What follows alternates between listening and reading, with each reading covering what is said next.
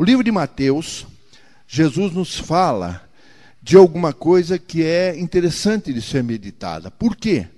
Você pode dizer, bom, então é o seguinte, eu vou pegar aquele quarto que existe lá dentro de mim, que tem ansiedade, vou pegar a ansiedade, botá-la no olho da rua, despejá-la, está resolvido. Não. Porque se aquele espaço que há dentro de você, ele não for preenchido com fé, a ansiedade volta. O exemplo de Jesus é um exemplo assim mais chocante. Ele fala de um espírito que atuava ali dentro de uma vida. Eu não gosto muito desse tipo de linha de raciocínio. Não vou dizer a vocês que o espírito de ansiedade, isso aí para mim é invencionice, entende? Mas a sensação, o estado de espírito nosso de ansiedade é uma realidade. O que é que Jesus diz em Mateus 12? Quando o espírito imundo sai do homem, anda por lugares áridos, buscando repouso, mas não encontra. Então diz, voltarei para minha casa de onde eu saí.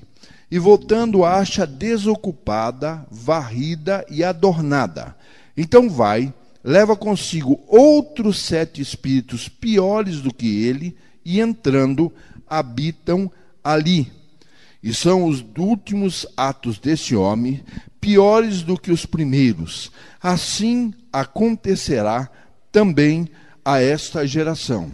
Se eu deixar, pela palavra de Deus, pelo convívio com Deus, nós vamos ver um pouquinho mais à frente como é que fica, a Bíblia nos orienta sobre vencer a ansiedade. Nós podemos ir empurrando essa ansiedade lá para baixo e crescendo no exercício da fé aqui, de tal maneira que na realidade você tem maior ocupação na sua vida por fé, que vai ficando um pouquinho de sobra lá no canto para a ansiedade. Agora, vejam bem, não há a menor dúvida de que existem situações aparentemente tranquilas, normais, boas, que geram ansiedade. E há, em toda pessoa, algum grau de ansiedade. É aquela coisa, a ansiedade porque, sei lá, está enchente, a água está subindo, vou morrer afogado, é uma coisa. Agora, a ansiedade da criança que quer ver o presente do Natal, hoje em dia não se faz mais isso, mas quando eu era menino, eles faziam uma árvore de Natal, punham presente embaixo, todo mundo queria escapulir de noite para ver o presente antes. Há diferentes efeitos do sentimento de ansiedade, porque eu diria o seguinte, a ansiedade, ela é relativamente parente, é relativamente comparável ao sentimento de esperança. A esperança gera na pessoa sempre aquela busca de alguma coisa nova, alguma coisa diferente. A ansiedade tem alguma semelhança. Então, não posso dizer assim, a ansiedade vai desaparecer para sempre. Lá em Colossenses 1:23, Paulo diz assim, Cristo em nós, assunto encerrado. Não. Esperança da glória. Você tem como um dos grandes pilares da realidade da Igreja de Cristo nos dias de hoje, o fato que eu tenho estudado com vocês já em outros momentos, que o Espírito de Deus nos orienta, quando nós falamos de pecado mortal, eu falei disso, para um objetivo, que é a segunda vinda de Jesus. E lá no Apocalipse diz, a noiva e o Espírito dizem, ora vem Senhor Jesus. Ora, se eu estou falando isso todo dia, eu estou ansioso que Jesus volte. Mas então essa ansiedade é uma coisa errada, uma coisa ruim? Não. É aquela ansiedade que tem uma natureza benéfica, é parte da própria mobilização do ser humano. O salmista Davi, lá no seu Salmo 130, ele diz assim, aguardo o Senhor, a minha alma o aguarda, e espero na sua palavra.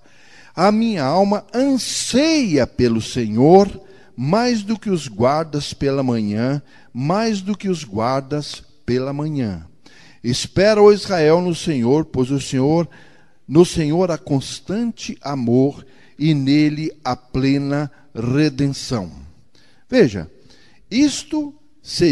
estas seriam exemplos do que é uma ansiedade que existe, que nunca vai desaparecer, mas é conduzida para um objetivo positivo. Agora, vocês se lembram do famoso Jó? Jó era um sujeito justo, tão justo que a história dele subiu até no céu lá, etc. Era o bom. Só que tem um detalhe. Jó padecia de uma coisa chamada ansiedade. Mas como, pastor, Jó padecia de ansiedade? Se você pegar o livrinho dele, o livro de Jó no capítulo 3, esse está marcado aqui, mas não está explícito. Por isso que eu estou fazendo questão de abrir para ler. Capítulo 3, o verso 25. Porque o que eu temia me veio, e o que eu receava me aconteceu. É impressionante esse texto bíblico. Muitas vezes a gente se pergunta, eu pelo menos, muitas vezes perguntei, mas Deus, puxa vida, o Jó era um cara tão bonzinho, tão correto, tão justo, como é que veio acontecer isso a ele? Porque ele tinha um ponto fraco. Ele era tão ansioso que ele oferecia sacrifícios extra em favor dos filhos, porque talvez o filho tenha feito uma coisa errada. Sabe aquele estado de espírito que não tem muito descanso? Um cara era riquíssimo, um cara era bem-sucedido, mas ele tinha no seu espírito aquela ansiedade. Ora, essa era uma ansiedade duradoura, permanente e era negativa. A mesma coisa que aconteceu com o povo de Israel. Se você for ler aqui, eu não vou ler esses textos que são longos, você encontra o povo de Israel ansioso para comida. Primeiro ele estava ansioso para sair do Egito. Saiu do Egito, eles queriam comida. Ganharam comida, queriam mais comida. Ganharam toda a comida que queriam, queriam água. Era uma coisa constante. O Moisés subia no monte e eles fabricavam um bezerro de ouro. Quando se depararam com a terra prometida, o que aconteceu? Eu não posso, isso vai dar problema, eu sabia que eu não ia dar certo esse negócio, está vendo, andamos tanto, agora tem gigante lá na terra. A ansiedade deles foi tão grande que a Bíblia diz claramente, em Números 14, eles não vão entrar na terra prometida, cortados. Houve um camarada, que nós sempre falamos dele, que é o Elias. Elias foi um homem que, somando as dificuldades que ele estava enfrentando e a dúvida que surgiu no seu coração a respeito da sua própria missão, ele ficou tão ansioso que ele pediu para Deus que ele queria morrer, fugir, desaparecer. Aí Deus orientou a ele e tal, a ansiedade dele foi momentânea, ele se recuperou e fez uma obra especial e no fim foi arrebatado num carro de fogo. Muito bem, se você for raciocinar exercício de fé com ansiedade, você vai descobrir o seguinte: frutos do Espírito são extremamente favoráveis ao exercício da fé. Por quê? Porque o fruto do Espírito, ele tem o quê? Ele tem amor, ele tem temperança, ele tem coisas que são normais para obedecer aquela ordem de Jesus. Você se lembra? Se alguém quiser tomar o teu sapato, dá a meia também. Lembra disso? Se alguém quiser cortar a tua barba, corta o teu cabelo também. Mas este sentimento de desprender-se, o sentimento de oferecer algo para os outros sem se preocupar, ele tira a ansiedade. Por que eu vou ficar ansioso?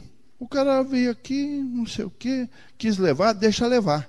Mesmo porque em 2 Crônicas, existe aquela história do rei que ficou tão preocupado, mas eu paguei os caras, e o que eu vou fazer? Aí o profeta disse o que para ele? Deus tem mais para dar a você. Agora, quem usa, pratica e vive nas obras da carne, que são muitas, mas escolhendo algumas, egoísmo, ambição,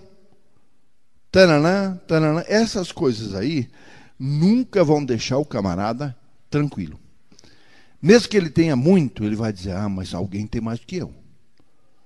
Mesmo que ele esteja assim, protegido por uma série de circunstâncias, ele sempre vai dizer, não, mas é capaz disso aqui sumir, é capaz disso aqui ser roubado, é capaz disso aqui não sei o quê. Então, mesmo em tese, se colocando numa posição que deveria dar a ele toda a paz de espírito, ele não aproveita disso.